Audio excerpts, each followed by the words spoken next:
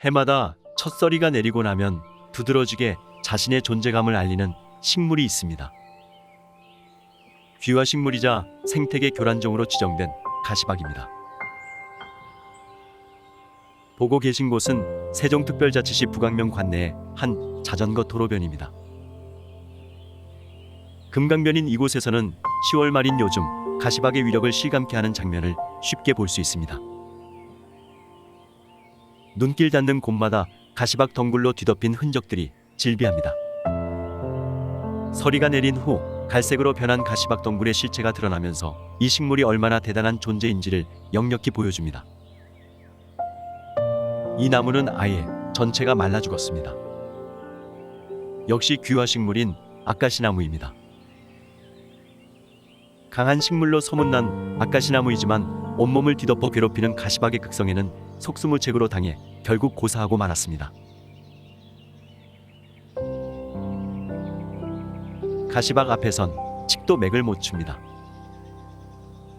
가시박이 국내에 들어오기 전까지만 해도 다른 식물들을 괴롭히기로 악명 높았던 칡마저 가시박에게는 맥을 못 추고 자리를 내어주고 있습니다.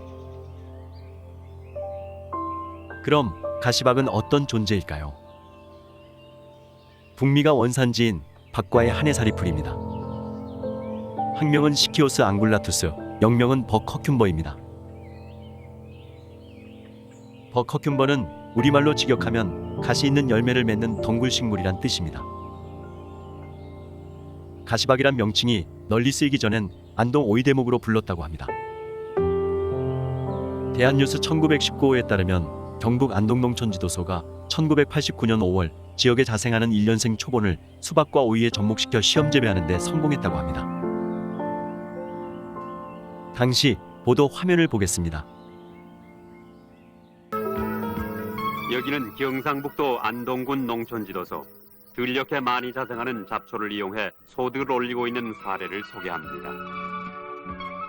농촌지도소 이원형 소장은 지난 1989년 5월 이곳 개울가에 많이 자생하고 있는 1년생 야생초를 발견해 이듬해 야생 잡초 씨앗을 받아 그 대목에 오이와 수박의 수목을 접목시켜 시험 재배하는 데 성공했습니다.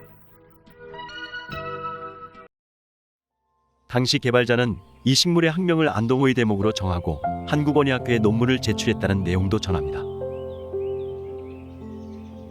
이 보도 내용을 보면 당시 가시박은 이미 국내에 들어와 안동 지역의 야생으로 자라고 있었고 이를 안동 농촌지도소가 대목으로 활용한 것으로 이해됩니다.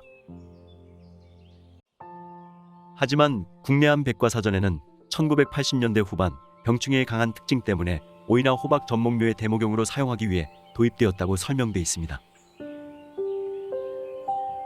또 다른 백과사전에는 1990년대 전후로 우리나라에 들여왔다고 소개하고 있습니다. 어쨌거나 가시박은 국내 도입 30-40년 밖에 안 되는 신귀화 식물입니다.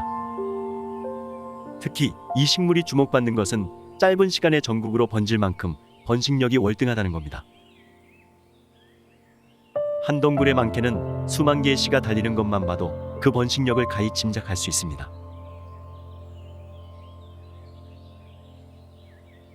박과 식물이긴 하나 박은 달리지 않고 독고마리 열매 같은 가시투성인 열매만 달립니다. 가시박은 무엇보다도 다른 식물에 해를 끼친다는 점에서 남다른 식물입니다. 줄기는 길게 뻗는데 세네 갈래로 갈라진 덩굴선이 다른 물체를 감으며 기어오르는 특성이 있습니다. 10여 미터의 커다란 나무도 기어올라 넓은 잎으로 햇빛을 가려 서서히 말라 죽게 만듭니다. 여기에 더해 가시박 자체에서 다른 식물을 고사하게 만드는 타감 물질을 분비한다고 합니다. 이로 인해 토종식물을 위협하고 생태계를 파괴하는 주범으로 인식돼 2009년 6월 환경부가 생태계교란 유해식물로 지정하기에 이르렀습니다. 이후에도 개체수가 줄지 않고 극성을 부리자 환경단체 등이 나서서 대대적인 퇴치운동을 벌이고 있지만 역부족입니다. 지난 9월 8일에 세종시 관내 금강변 모습입니다.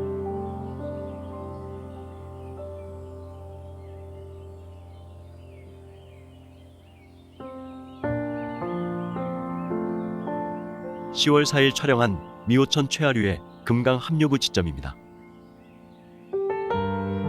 토종식물을 온통 둘러싸 위협하고 있는 모습에서 섬뜩함마저 느껴집니다.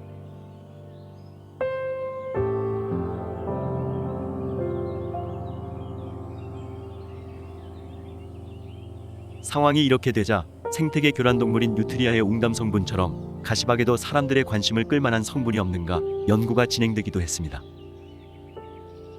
연구 결과 가시박 함유 성분이 간 질환에 효과가 있다는 것이 밝혀져 특허를 낸 사례도 있습니다. 하지만 가시박이 간 질환의 인기를 끈다는 소식은 아직 전해지지 않고 있습니다. 한국과학기술정보연구원에서는 가시박 속의 질소 성분을 이용하면 친환경 질소 비료로 유용하다고 밝혔지만 이 역시 큰 관심을 끌지 못하고 있습니다. 나물로 이용하는 시도도 이루어지고 있지만 상황은 마찬가지입니다. 습스름하고 떫은 데다 냄새까지 강해 그다지 호응을 얻지 못한다는 얘기가 있습니다. 다만 이 식물을 긍정적으로 바라보는 분야가 있긴 합니다. 양봉업계입니다.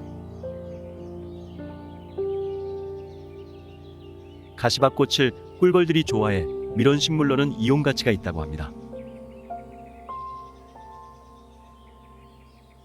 한편 가시박과 관련해 국내 한 블로거가 가시박의 제거 방안을 제안하고 있어 눈길을 끕니다.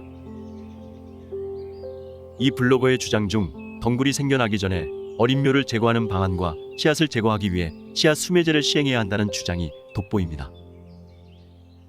시청해 주셔서 감사합니다.